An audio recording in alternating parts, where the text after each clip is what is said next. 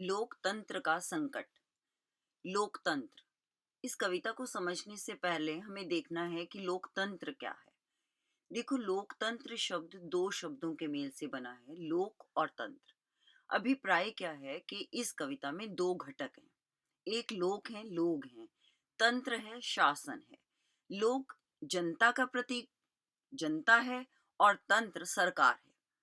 तो जो आधुनिक युग है, इसमें सबसे बड़ी बात क्या है कि यहाँ पर समाज और व्यक्ति अलग हैं। जबकि पहले व्यक्ति एक समाज का हिस्सा होता था। हम एक परिवार, एक समाज की बात करते थे। लेकिन यहाँ पर है कि ये हमारा समाज है और ये मैं हूँ। तो दो अलग-अलग घटक हैं। ऐसे ही एक लोग हैं और एक तंत्र है, एक शासन है। अभिप्राय क्या है कि जनता का शासन है, लेकिन का संकट, उसके ऊपर एक संकट है। तो वो संकट क्यों है, कैसा है और क्या प्रभाव लाने वाला है हमारे लिए, वो कवि इस कविता में बताता है।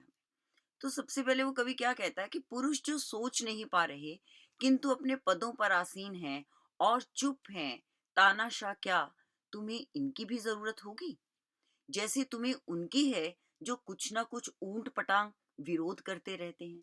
तो कवि इस कविता में कहना चाहता है कि लोकतंत्र में जहाँ दो घटक हैं, वहीं दो तरह के लोग भी हैं। कुछ पुरुष ऐसे भी होते हैं जो सोच नहीं पाते, बड़े बड़े पदों पर आसीन हो जाते हैं, बड़ी बड़ी पदवियां उन्हें मिल जाती हैं, लेकिन वो चुप रहते हैं, मौन रहते हैं। अच्छा हो रहा है तो भी चुप, बुरा हो रहा है तो भी चुप। न किसी की आलोचना करते हैं, न किसी की सराहना करते हैं। तो कवि पूछता है कि तानाशाह, तानाशाह डिक्टेटर जो सिर्फ अपनी चलाता, जबकि लोकतंत्र में लोगों की चलनी चाहिए। तो कहता है तानाशाह, क्या तुम्हें इनकी भी जरूरत होगी?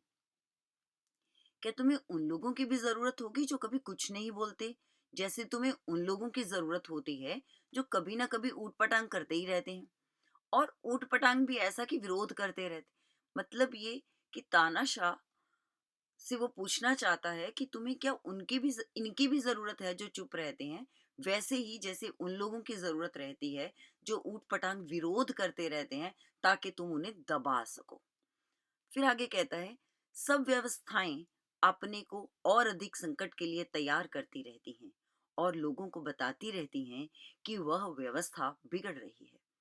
तब जो लोग सचमुच जानते हैं कि यह व्यवस्था बिगड़ रही है, वे उन लोगों के शोर में छिप जाते हैं जो इस व्यवस्था को और अधिक बिगाड़ते रहना चाहते हैं। क्यों? क्योंकि उसी में उनका हित है। लोकतंत्र का विकास राजतंत्र, राजहीन समाज की ओर होता है।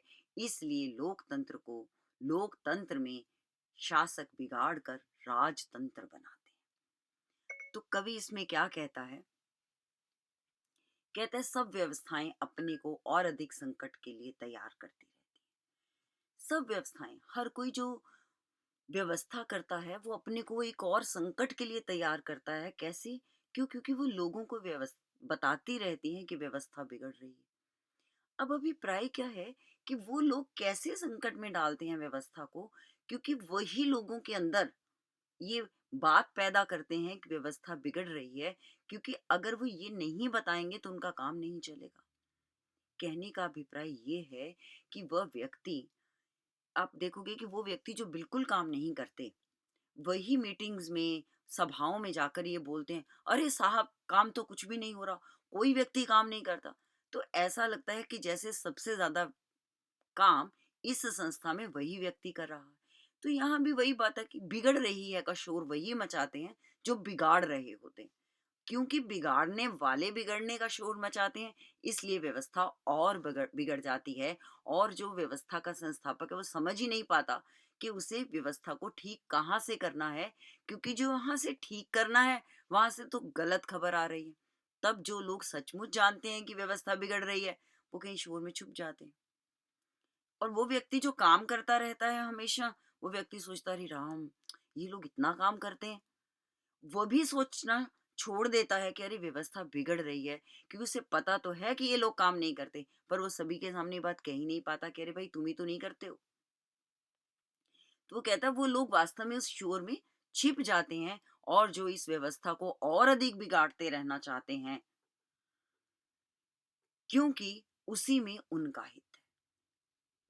इसी में उनका हित है, उनके पीछे वो छिपे रहते हैं और वो लोग भी नहीं बोलते हैं।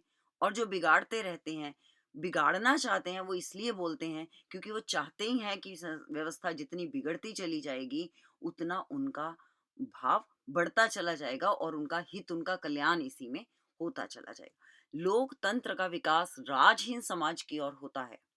लोकतंत्र का विकास राजहीन समाज की ओर होता है। राजहीन, यहाँ कोई राज्य नहीं है, जहाँ कोई नियम नहीं है। क्योंकि अगर सबको समान मान लेंगे, आप एक बात सोच कर देखो कि अगर हम सबको समान मान लेते हैं, जैसा कि अंग्रेजों ने किया हमारे साथ, अगर उस व्यवस्था को हम सही मानते हैं, तो देखो उनके पास एक व्यक्ति जाता है, अरे भाई सुअर को मत मारो, सुअर तो हमारा धार्मिक निशान है। दूसरा जाता है, अरे भाई गैया को मत मारो, गाय हमारी धार्मिक प्रतीक है। तो वो कहते हैं ठीक है, तुम भी ठीक हो, तुम भी ठीक हो। तो अब अगर वो दोनों लोग पड़ोसी हैं, तो दोनों में टकराहट हो गई ना। तो सरकार ने तो कुछ नहीं किया, तो राजतंत्र जो था वो बिगड़ा। क्यों? क्योंकि दोनों जब समाज के दो व्यक्ति लड़ेंगे तो समाज में शांति कभी हो ही नहीं सकती। और जिस राज्य में शांति नहीं होगी, वो राज्य कभी भी प्रगतिशील पथ पर प्रशस्त हो ही नहीं सकता। तो कवि आगे कहते हैं, लोकतंत्र का विकास राजहीन समाज की ओर होता है, इसलिए वहां पर राज्य की व्यवस्था बिगड़ जाती है। इसलिए लोकतंत्र को लोकतंत्र में शासक बिगाड़ कर राजतंत्र बनाते हैं। लोकतंत्र के शासक खुद ही बिगाड़ देते हैं उसको, और वो उसे शासक बिगाड़ कर राजतंत्र बनाते हैं, राज्य के अधीन कर देते हैं, और फिर उसके अंदर तानाशाही और डिक्टेटरशिप आ जाती है। देखो, लोकतंत्र वास्तव में तीन आधार लेकर चलता है। सबसे पहला है स्वतंत्रता, फिर है समता, मतलब हमारे अंदर आजादी हो, बंधुत्व का भाव हो, समानता का भाव हो, और फिर हमारे ही माध्यम से हम अपनी सरकार को चुन पाए।